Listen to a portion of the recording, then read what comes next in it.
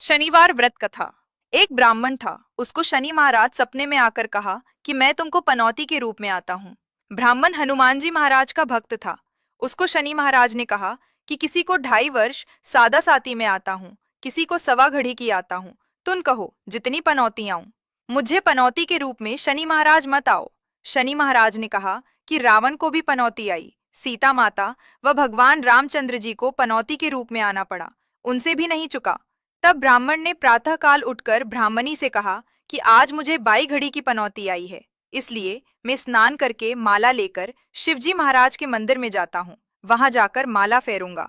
शिवजी के मंदिर में 2 स्त्रियों ने मतीरा ब्राह्मण जो माला फेरता था उसके आगे रख दिया। ब्राह्मण ने आंख खोलकर देखा तो दोनों मतीरे राजा के कुंवरों के सिर हो गए।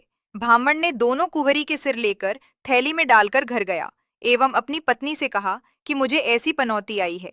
थैली से बाहर निकालकर दोनों सिर बताए। उस समय पड़ोसन आई। उसने सिर देखकर राजा से कहा कि ब्राह्मण के घर दोनों राजकुमार के सिर पड़े हैं। ब्राह्मण ने शिकार कर दी। राजा के दूत आकर ब्राह्मण को पकड़कर रावला में ले गए, सूली पर चढ़ाने लगे। ब्राह्मण को कसाई ने पूछा, महाराज आप खाने पीने की इच्छा हो तो बोले। मेरी कोई इच्छा नहीं है, मैं सम्मी को मिलकर आया हूँ।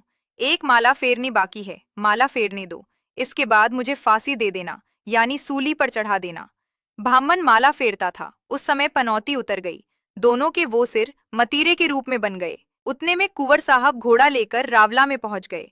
राजा एवं सभी लोग कहने लगे कि ब्राह्मण को मारना नहीं है, कुंवर साहब आ गए हैं। राजा जाकर ब्राह्मण के चरण में गिरा। तब ब्राह्मण ने कहा, आपकी गलती नहीं है, मुझे 2.5 घड़ी की पनौती थी, इसलिए मुझे कष्ट पड़ा था। राजा ने ब्राह्मण से कहा, तुम मांगो जो मैं आपको देता हूँ। ब्राह्मण ने गांव के बाहर शनि महाराजा का मंदिर बनाकर 2 और ब्राह्मण ने गांव में सब लोगों से कहा कि शनि महाराज की पनौती होवे।